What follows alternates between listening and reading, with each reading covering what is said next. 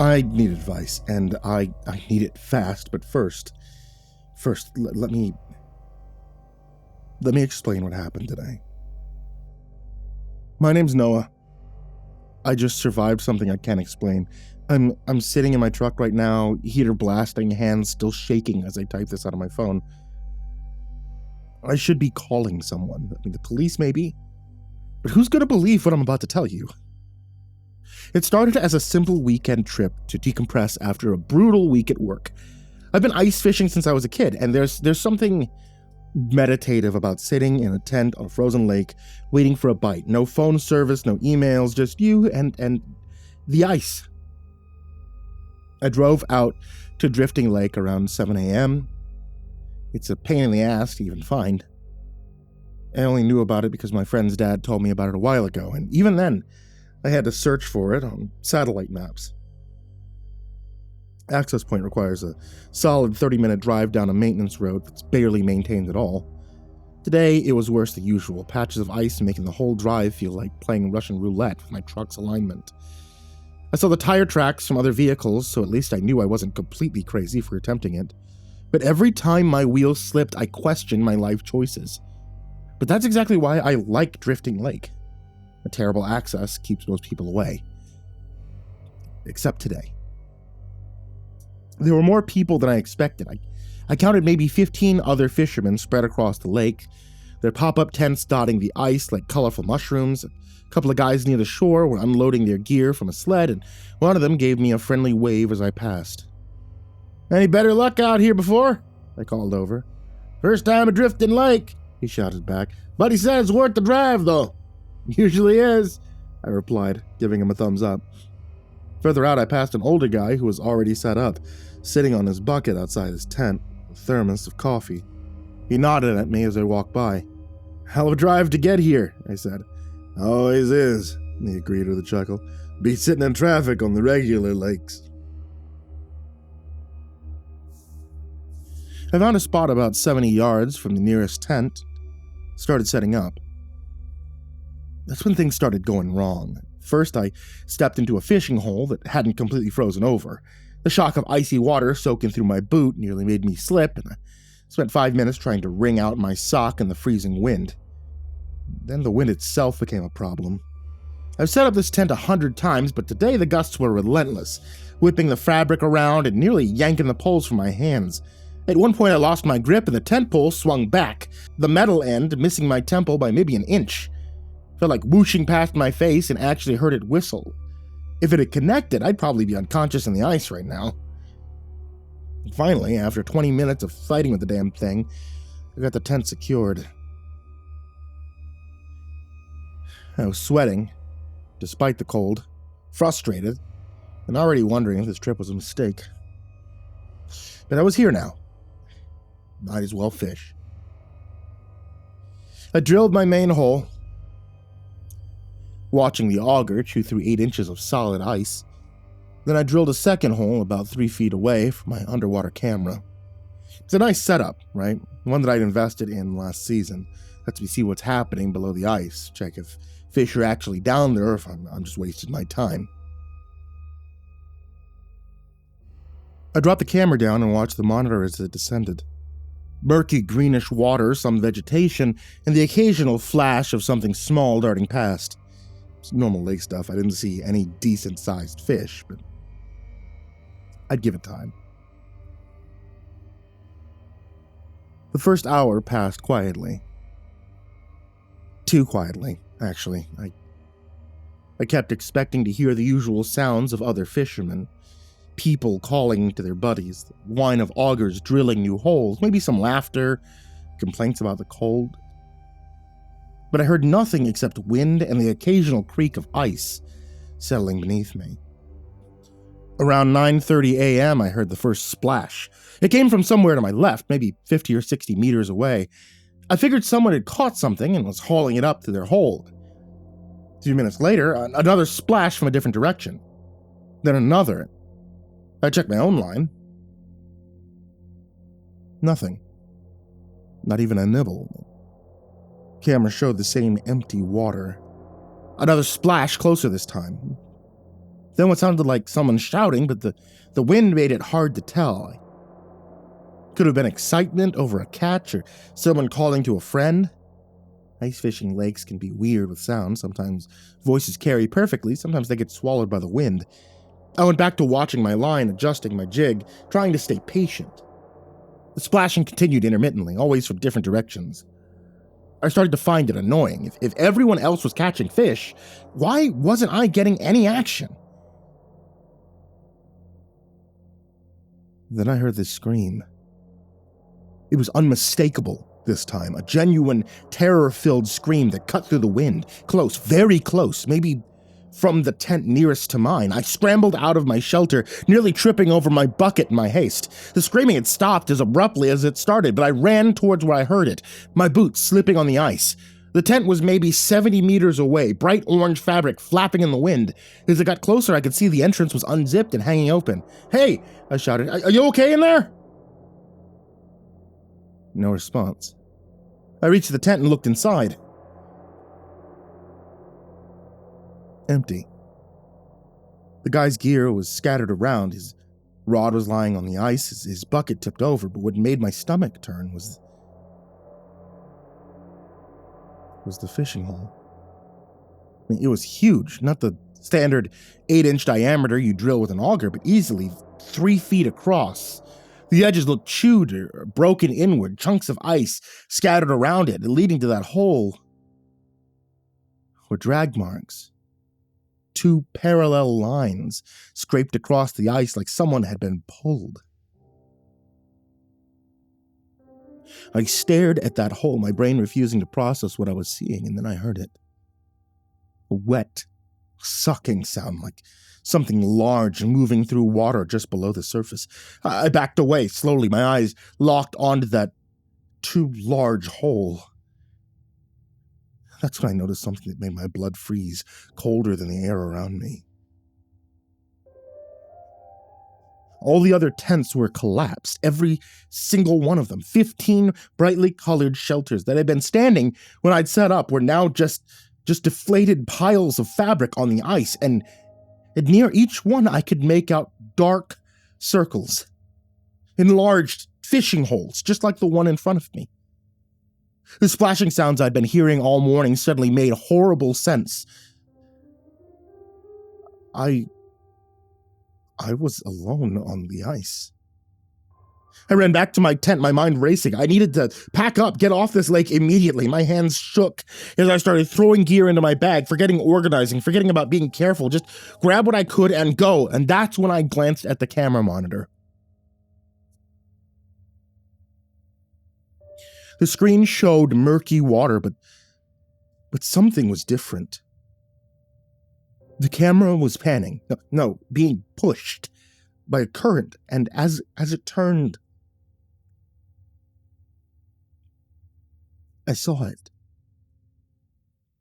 A person in the water, maybe 20 feet from the camera.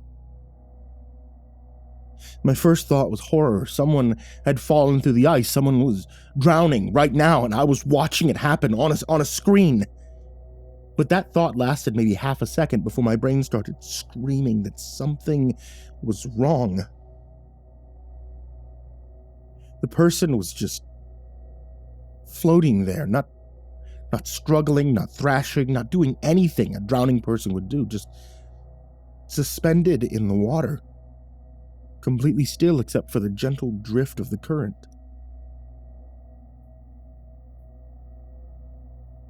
And they were staring directly at the camera. The skin was pale, almost luminescent in the water, visibility bloated. Maybe think of bodies pulled from rivers in the news, but this wasn't a corpse. It was moving with purpose, with intelligence, even though it hadn't been struggling a moment before.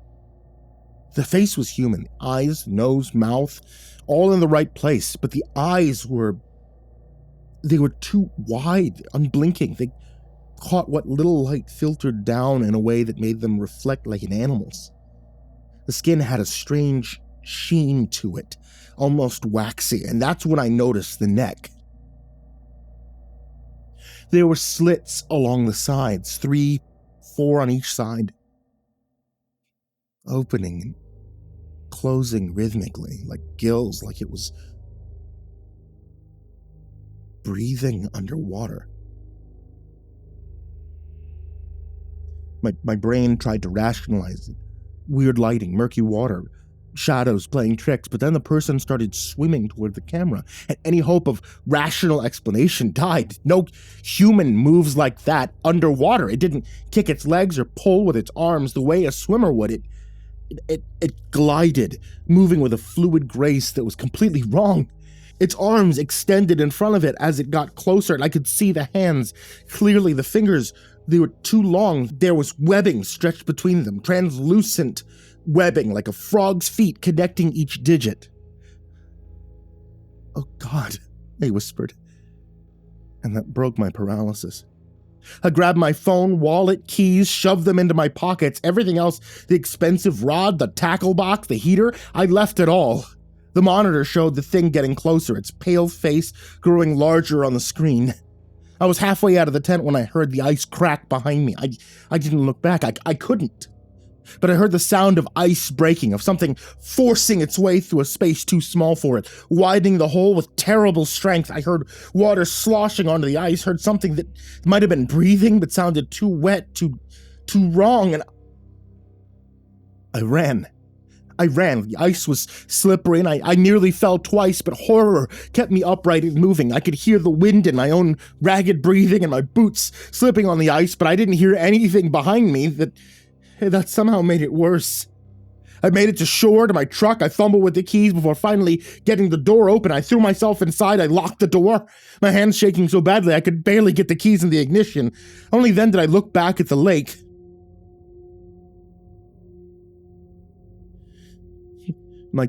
My tent was collapsed just like the others. My fishing hole, I could see even from this distance it was larger than it should be. Much larger. Camera setup was gone, the mount, the cable, everything just gone, like it had never been there. I sat in my truck for maybe 5 minutes, maybe longer, just staring at that lake, at the collapsed tents, at the enlarged holes in the ice, at the evidence of something I couldn't explain.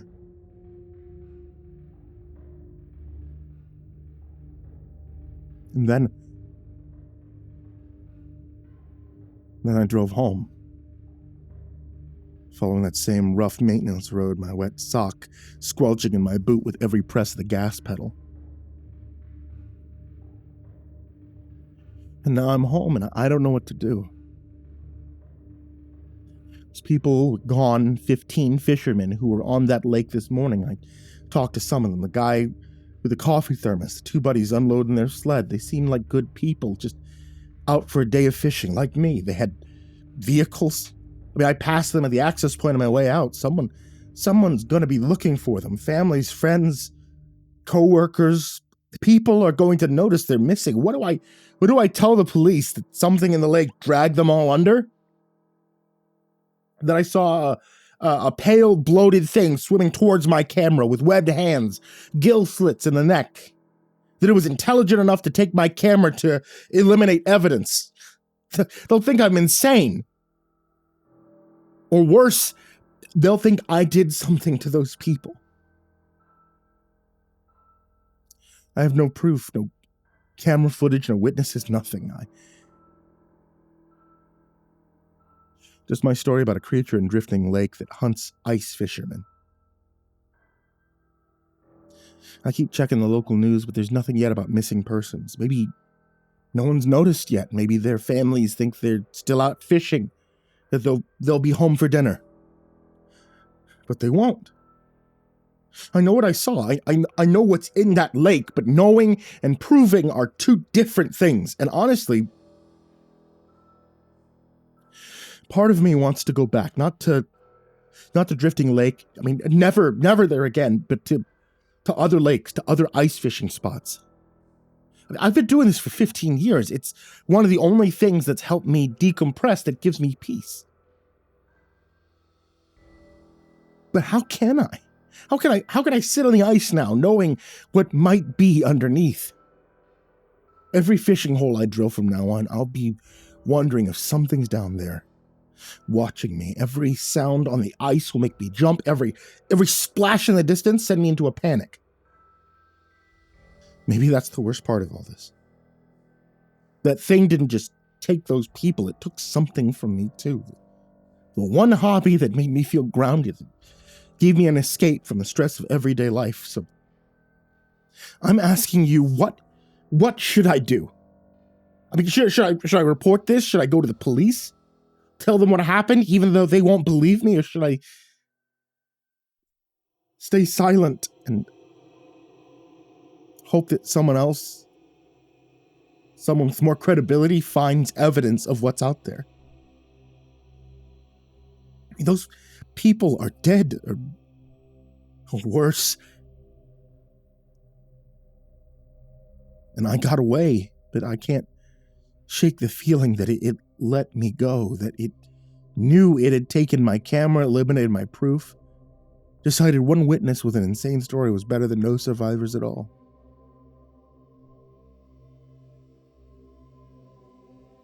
Has anyone else experienced something like this? Anyone heard stories about Drifting Lake? I need to know that I'm not crazy. I need to know what to do, because right now, all I can think about is that pale face staring at the camera, those gill slits opening and closing, and those two long fingers with webs stretched between them, and the sound of ice breaking as it forced its way through to get to me. I don't know if I can ever go ice fishing again, but God,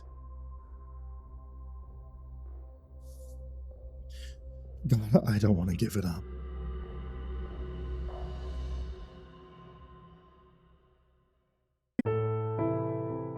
Hey there kids, it's me, MrCreepyPasta, and before we say goodnight, I just wanted to say thank you so much for watching tonight's video, or for listening to tonight's episode of the podcast, if you were listening to the podcast on Spotify or wherever you get podcasts, or if you're watching the video on YouTube, which is the only place where I post videos. I really appreciated you guys, and I'd appreciate if you hit that thumbs up, you hit the subscribe button, and you hit the bell thing next to the subscribe button. As always, I want to give a very big thank you to everybody who supports me on Patreon, patreon.com/MrCreepyPasta. That is the main place you guys are able to support me if you guys want to be able to support me, which you absolutely don't have to do, but hey, thank you.